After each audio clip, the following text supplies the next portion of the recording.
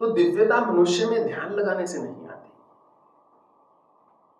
दिव्यता आती है अपने भीतर कुछ गुणों को उतारने से, जिसको कि हम वर्चुअस बोल देते हैं या जिसको कि आप क्वालिटीज बोल सकते हैं। तो कुछ गुणों को अपने भीतर उतारना होता है, उसके बिना संभव नहीं है कि आप दिव्यता को प्राप्त कर सको। स्पाइडरमैन मूवी थी एक, उसमें एक डायलॉग था या कोटेशन थी, क्या जो भी कहा जाए, with great power comes great responsibility. जितना ज्यादा आपको बल मिलता है उतना ही ज्यादा आपका उत्तरदायित्व जो है बढ़ जाता है। तो जब आप दिव्यता की ओर बढ़ते हैं तो आपका जीवन आसान नहीं होता। ये मत गलती कर लेना सोचने की जीवन सुगम हो जाता है। जीवन जो है और कठिन हो जाता है। जीवन जितना ज्यादा आपको ईश्वर बल देते हैं उतना ही ज्यादा प्रकृति आपसे कार्य भी लेती है।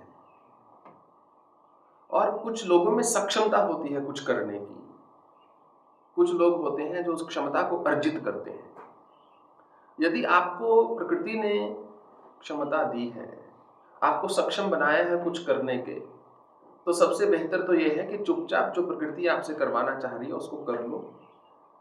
क्योंकि जो आपको टैलेंट दिया है, जो आपको क्षमता दी है, जो गुणवत्ता दी है, वो प्रकृति ने या ईश्वर ने आपके उपयोग के लिए नहीं दी। सिर्फ उसका वो आपसे जो भरपाई कह लो या उपयोग है वो समाज के लिए है, वो प्रकृति लेकर रहेगी। मान लीजिए कोई बहुत व्यक्ति कोई अच्छा लिखता है, वो ना चाहते हुए भी बाध्य हो जाएगा कुछ ना कुछ लिखने के लिए। किसी के पास देने को ज्ञान है, वो लाख कोशिश कर ले मैं एकांत में चला जाऊं, पर प्रकृति उसको वापस खींच ले आएगी उसके स्वाभाविक क्रिया क्षेत्र में। प्रकृतिस्त्वां नियोक्ष्यति। जब अर्जुन ने बोला था नायुद्धस्यति, मैं युद्ध नहीं करूंगा, मिथ्याश्च व्यवसायस्ते, भगवान ने बोला था यह संकल्प 2 दिन में मिथ्या हो जाएगा अर्जुन। क्योंकि यदि तुम्हें श्रेष्ठ धनुर्धारी बनाया गया है तो तुमको अपनी विद्या का उपयोग तो करना होगा। तो जिसके पास जो गुण होता है उसको हमेशा देने का सोचना चाहिए कि मैं समाज को आगे वो गुण कैसे बांटूं, मैं अपना जो ज्ञान है, अपना जो भी मेरे पास है, उसको मैं आगे कैसे दूं। जितना ज्यादा आप दोगे उतना ज्यादा आपको उत्तरदायित्व होगा और उतनी ही ज्यादा आपको प्रकृति और क्षमता देती है। फिर तो प्रश्न यह है कि क्या फिर दिव्य बनना चाहिए? और उत्तर यह है कि जब आप एक पथ पर चलना शुरू करते हैं और आप आगे बढ़ जाते हैं तो ये आपके लिए आपके हाथ में नहीं रह जाता। ये विकल्प नहीं है, ये चुनाव नहीं है। आपको प्रकृति जबरदस्ती जबरन उस क्षेत्र में उतार देगी जहां पे आपकी जो गुण है वो किसी के काम आ सके। परंतु किसी को कुछ भी देने के लिए एक सबसे पहले गुण है जो प्रत्येक मनुष्य में होना चाहिए।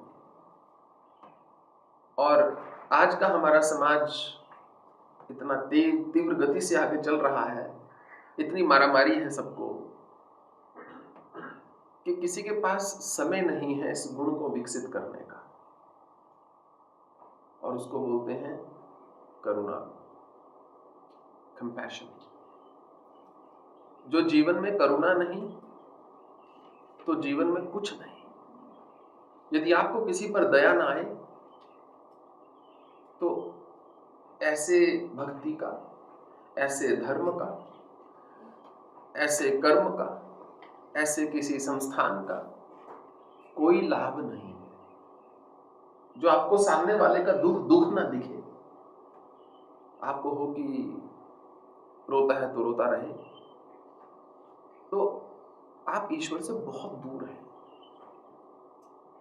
और इस जन्म में प्राप्ति नहीं होगी। क्योंकि ईश्वर का नाम ही असीम शांति है। वो भीतर हृदय के अंदर आनंद की लहर नहीं चलेगी, उसके लिए हृदय में करुणा होनी चाहिए कि कोई बात नहीं, मुझे अपने कर्म में स्थित रहना है, मेरा व्यवहार दूसरे के साथ दूसरे के व्यवहार के अनुरूप नहीं होना चाहिए, मेरा व्यवहार दूसरे के साथ मेरे अनुरूप होना चाहिए, जो मुझे उचित लगता है। एक विचारधारा हम बना लेते हैं कि ये फला जाति है, ये फला जाति है, ये शुद्ध है, ये अशुद्ध है, ये ठीक है, ये गलत है। ये चीजें हृदय के भीतर करुणा को कम करती हैं। जब तक करुणा नहीं, तब तक मन शांत नहीं हो सकता।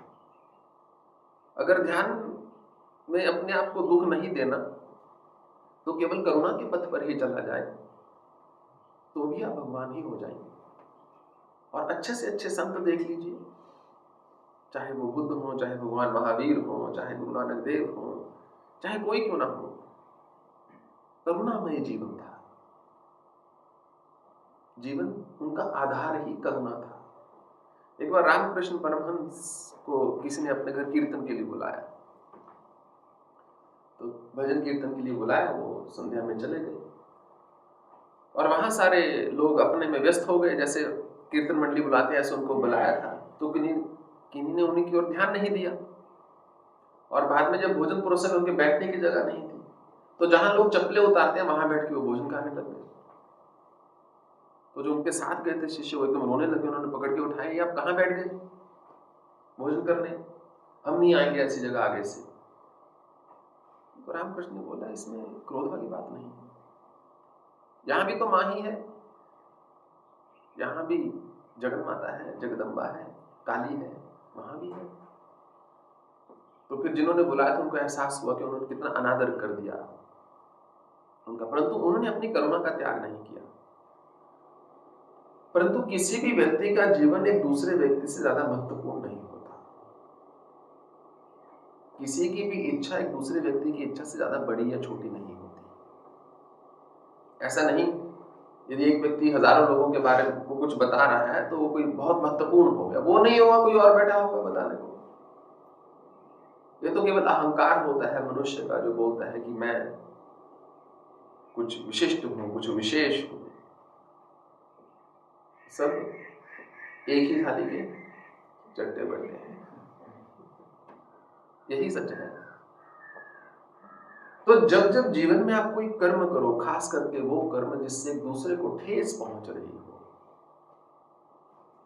उस समय मात्र अपने आप को एक प्रश्न करो कि मैं जो करने जा रहा हूं, क्या ये करुणामय है या नहीं। जो यह करुणामय नहीं है, तो मुझे नहीं करना।